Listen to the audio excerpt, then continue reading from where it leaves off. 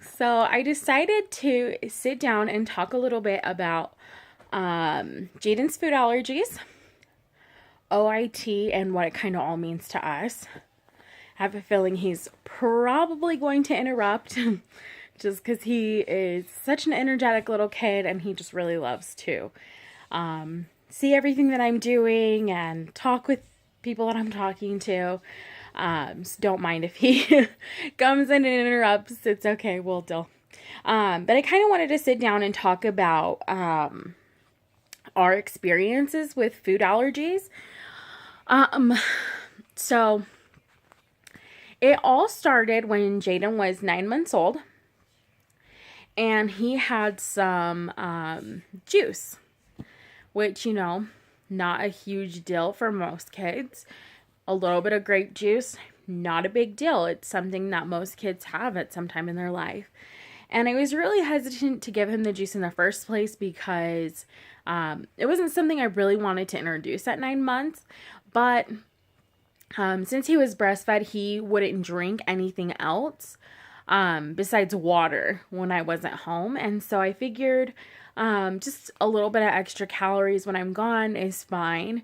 Especially because he wasn't really big into solids until he was about 18 months old.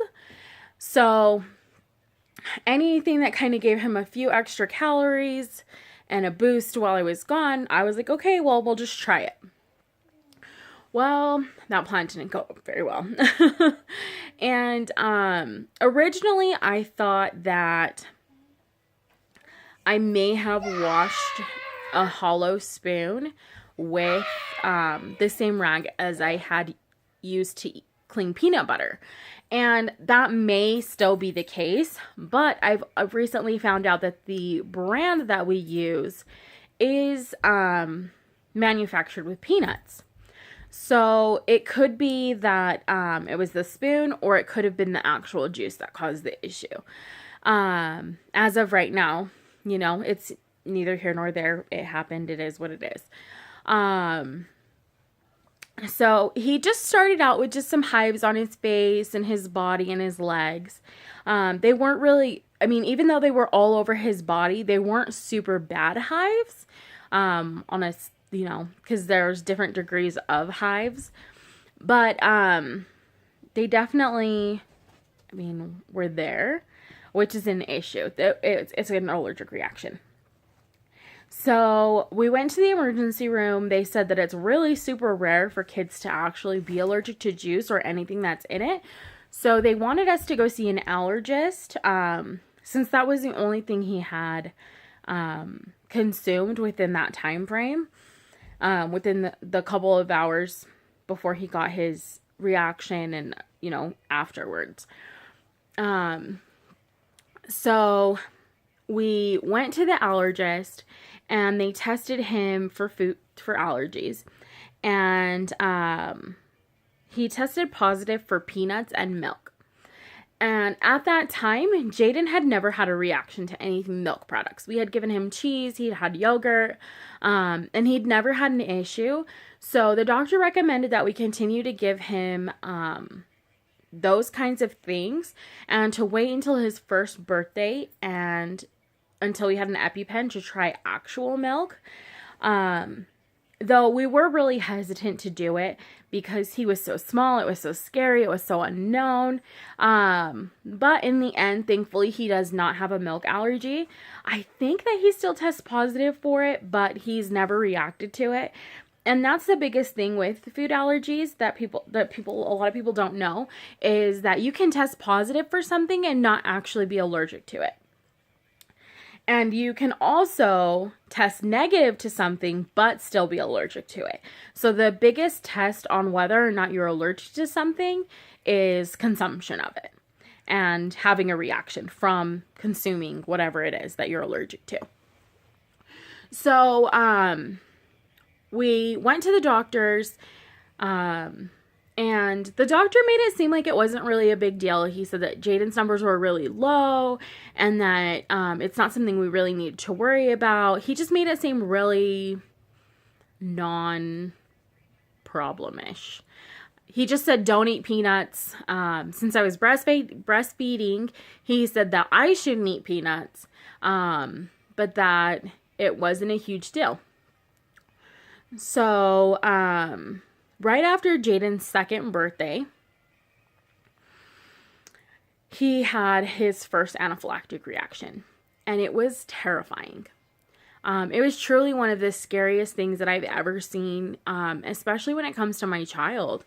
I mean, the last thing any parent wants to see is their child not being able to breathe.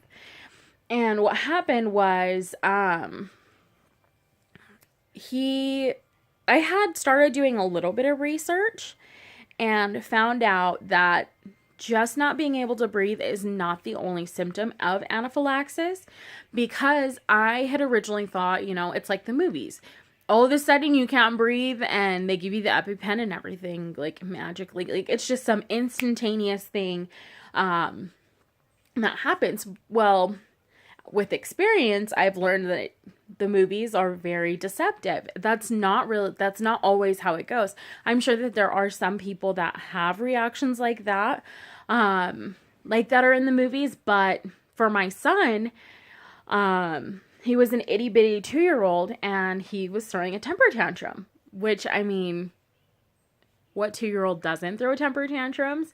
But Jaden has always been a very, calm child. When he throws temper tantrums, it's usually something that, like, we can obviously see what's bothering him. We're able to quickly solve the problem and move on. But this time he just started freaking out, like panicking. He looked panicked and he started screaming and he started, throwing himself around, and he started shoving his fingers down his throat, which caused vomiting. And what I thought was that him shoving his fingers down there was making him throw up. But he couldn't stop throwing up once he started. And he just kept trying to stick his fingers down his throat, and we kept pulling his hands away because obviously we don't want him to do that. And then he started, like, you could just really tell he was struggling to breathe. And so, we realized what was happening. I mean, this all happened pretty quickly. It was within a minute that we realized that he couldn't breathe. But it felt like a lifetime. And so we grabbed the EpiPen and put it in his leg. And almost immediately he stopped throwing up. He calmed down. He just, like, was being a normal kid again. Like, he wasn't running around or anything, but he just was calm. And we were able to comfort him. We called 911. They came and checked him, and they said that his breathing had pretty much gone back down to normal, but that his heart was racing really bad, which is a side effect of epinephrine. And so it's not really that, like, unusual. He also had high blood pressure, which again is a side effect from the medication. So we had to go to the emergency room and watch him until his heart rate started slowing back down. So we were in the emergency room for a couple of hours after they gave him a steroid and Benadryl. And then we went home with a prescription for more of this steroid to do for a couple of days, and Benadryl as needed. But thankfully, after the first episode, he was done. He was fine. Unfortunately, at that time, we only had one EpiPen, so we had to go back to the emergency room, we had to go to the pharmacy to pick up a second one, a new one, and we couldn't afford it. It was over $250, and we just didn't have $250. And so it was something that was devastating to us, but thankfully family helped us out, and we were able to get another EpiPen. And it's scary. It's a really, really scary situation. It's scary to know that there's a medication that you need and you can't get. It's literally the only thing that saved my son's life that day. Obviously, us knowing what to do and how to handle the situation helped, but without the medication, we would have lost him. I mean, the paramedics got there, but who knows if they would have gotten there on time. There's been times, there's been recent cases in the news where even after the paramedics have gotten there and gotten the person to the hospital, they still ended up passing away. And so it's definitely a very scary situation, and it's definitely something that we don't want our 4-year-old to go through ever again. And part of living with food allergies is knowing that something like that can happen at any time. It doesn't matter what we feed him. There's always some kind of risk. We could feed him fresh fruits and vegetables, and if we don't properly clean it, somebody else could have touched it with peanuts on their hands. And we might not be able to see that. So we really have to be careful with how we feed our child and where we go and what we do. I remember we had to leave a party because they had peanuts everywhere. And I didn't think to ask if they were going to have them at the party. And it's hard. It's been hard and embarrassing to ask. What are you serving? What kind of candy are you going to have? Are you going to have cake? Does the cake have peanuts? Does the ice cream have peanuts? Does the candy have peanuts? Does the food have peanuts? And people get a little defensive about that. I've had people uninvite me to do things because they did not want to deal with my son's food allergies. And it's hurtful. I mean, I get it. It's hard. It's scary. You don't want to be responsible for somebody else's child's life. But it doesn't make it hurt less. We've had times where we go to a party and I always try to bring my son a cupcake or a candy bar. But it's hard for him to see all the other kids eating a piece of cake when he can't have one. And we try to make it a positive experience for him. Say, oh, this is a special cupcake.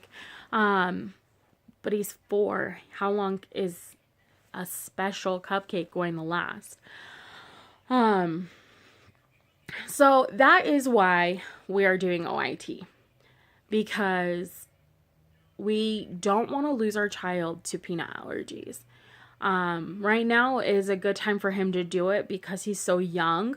It'll be a habit that he does every day, taking his medication. So for now, it'll be a liquid. So we start next week, and he'll start with a liquid, and then he'll move to a powder, and then he'll move to actual peanuts. So it'll be something that he has to do every single day for the rest of his life. But if we start it now, he has a higher chance of it becoming a habit, and it'll be something that he just does. It won't be as big of a deal, and it will also give him freedom. He'll be able to eat the things that he wants to eat. He'll be able to go to birthday parties. He'll be able to go to school without having to worry about, did my friend eat a peanut today? If I go play on the playground, is there a chance I could touch something that will make me sick? And that's hard. It's sad seeing a 4-year-old ask if something is safe and if it's okay. I mean, I'm proud of him. Don't get me wrong. I am so incredibly proud that my son has the ability to ask if something is safe. And even though sometimes he looks disappointed, if I say something's not safe, he will say okay, and he might be a little bit disappointed, but he'll move on from it. He doesn't make a huge deal out of it. But I also want my son to be a normal kid. I want him to be able to do normal activities. Like going to camp and going to get ice cream with mom, or, going to the movies without having to worry about what other people are eating and things like that.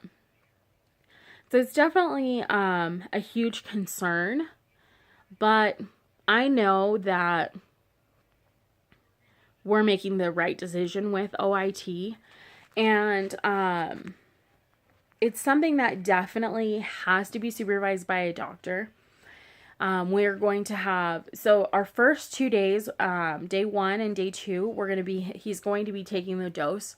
The dose is over 4 hours. And so he's going to get a small amount, and gradually increase it over the 4 hours, for both days. And then we will go home and do the liquid once a day. He has to rest for 2 to 4 hours after he gets his dose. And, it's going to be challenging. I know this is going to be challenging, but I know that in the end, when my son is able to be a normal kid, this is going to be worth it. This is going to take away our fears of, what if he accidentally ingests, I mean, I'm talking about like a minute amount. That when he had his anaphylactic reaction, he didn't eat a peanut. He had the bread that he was eating came in contact with peanuts. We couldn't even see it in the bread. We couldn't taste it. It wasn't anything that we could have detected. Now that we know about cross-contamination, it's something that we definitely avoid. But we were not aware of that kind of stuff. We were told it wasn't a big deal, that just don't eat peanuts. Cross-contamination is what it is, and it's fine. We didn't even know what that was. But a teeny tiny amount can kill somebody. It's scary. And that's definitely not something that I want my son to have to worry about for the rest of his life. I don't want my son, when he's at the highest risk group, to have the chance of passing away at a young age because of it. The highest risk age is from 16 to 22, because kids at that age feel like they're invincible and then like nothing can happen to them. I've met a lot of young people who have food allergies who don't carry their EpiPens. And it's a serious issue. You have to carry your EpiPen everywhere. And OIT will not cure my son from his food allergy. He still has to carry an EpiPen for the rest of his life. But his chance of having a life-threatening reaction is reduced greatly. So I'm getting a little long-winded, so I'm going to stop here. I will update next week when we start our day 1. So if you'd like to see that, be sure to subscribe. That way you can get updates as we go along on this journey. But I wish you guys all the best in the world, and I hope you all have a wonderful day. Bye.